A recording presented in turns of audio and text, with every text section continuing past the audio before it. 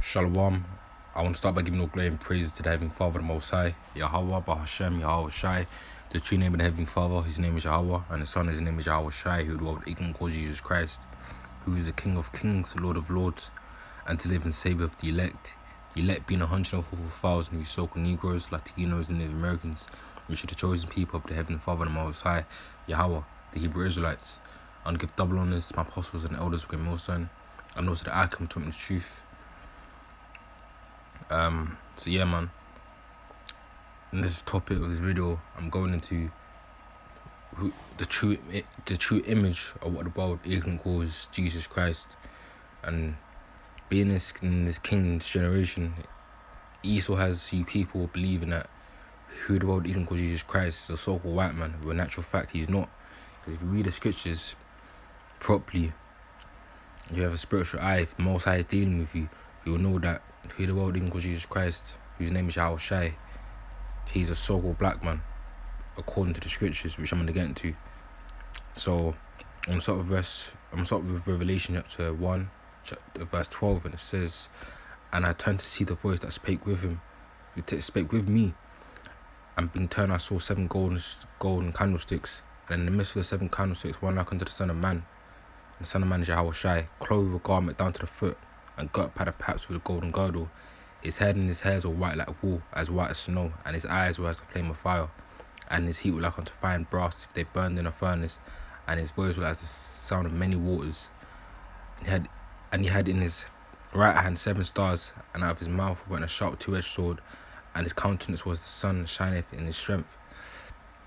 And I'll read that again and break it down. "And in the midst of the 7 candlesticks, one like unto the Son of Man, clothed with a garment down to the foot, and girt by the paps with a golden girdle."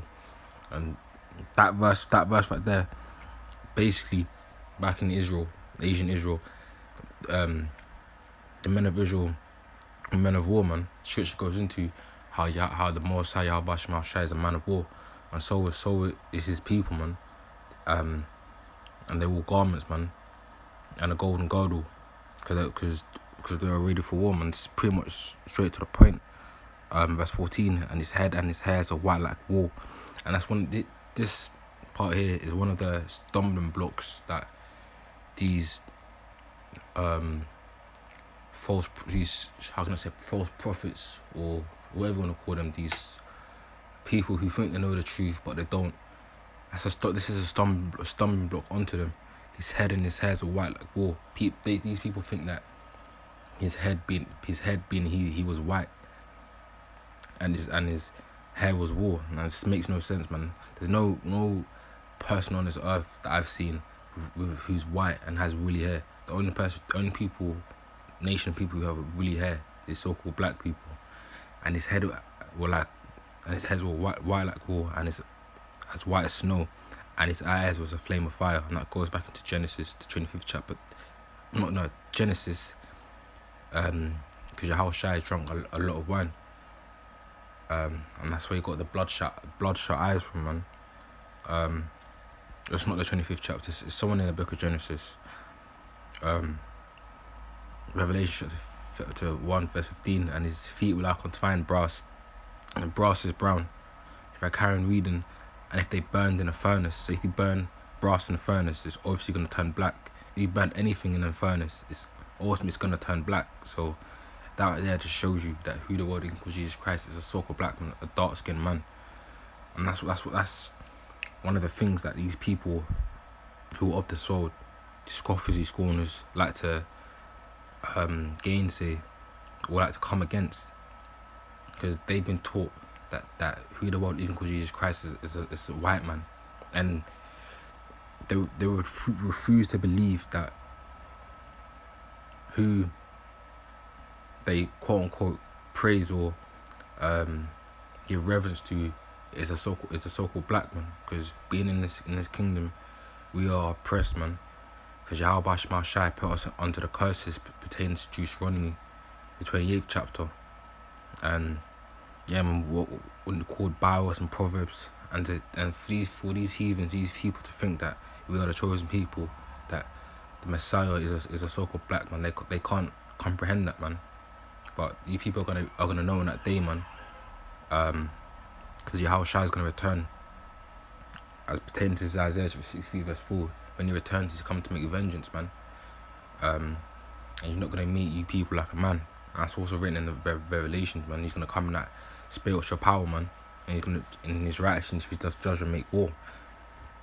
And all you people who are not right, who don't know the truth, who come against the brothers, the men of the Lord, the prophets, you're all gonna know in that day, man. Because Yahawashi, he's gonna deal with you, man. He's gonna destroy you. Other way of putting it, man. If you come against the men of the Lord, Yahawashi, just be rest assured that death angel is there, man. And when Yahawashi gives the go ahead, man, you're gone. So I'm gonna go to the next scripture.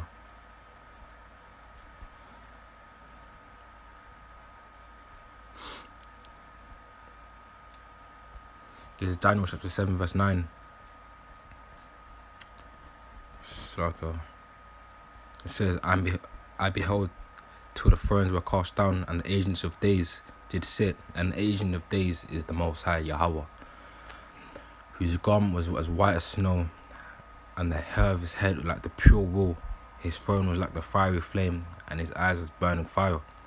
And we know that as pertains to the scriptures, that Yahawashi, the Messiah, and his father Yahweh are how can I say it, man? Are the same image, shall I say? There's a scripture which goes into that, but I just can't find it. Lord willing, if that scripture comes to mind, I'll put it in the description. But Yahweh and Yahawashi are on the same image, man.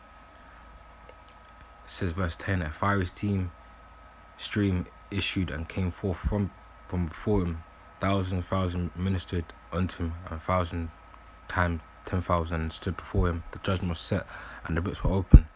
That's the main point I want to get. This is verse 9. I beheld till the thrones were cast down, and the agent of days did sit. His garment was white as snow, and the hair of his head like the pure wool. And as I said, the only nation of people or race of people who have woolly hair is so-called black people, man. No other nation has that kind of textured hair. His thrones were like as a fiery flame, and his wheels as burning fire.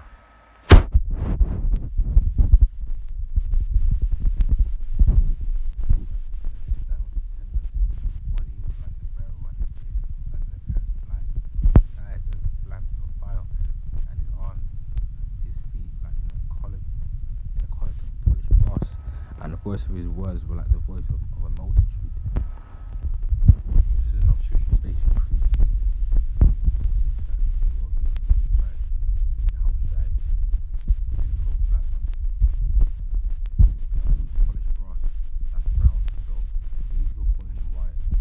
arguments is out. It's void.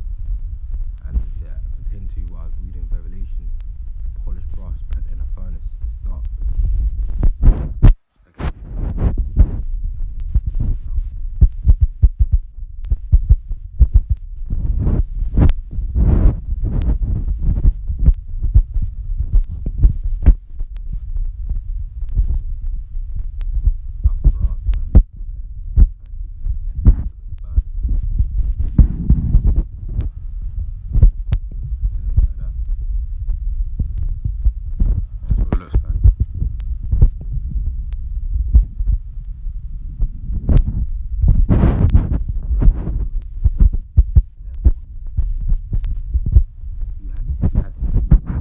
Majority of these people, great majority of these people believing that Yahawashi is white, and that's Esau, man, so-called white man.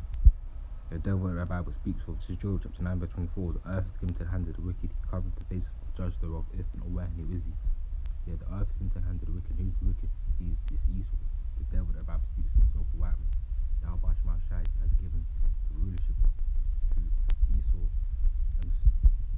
And in his righteousness, he's done wickedness, man. He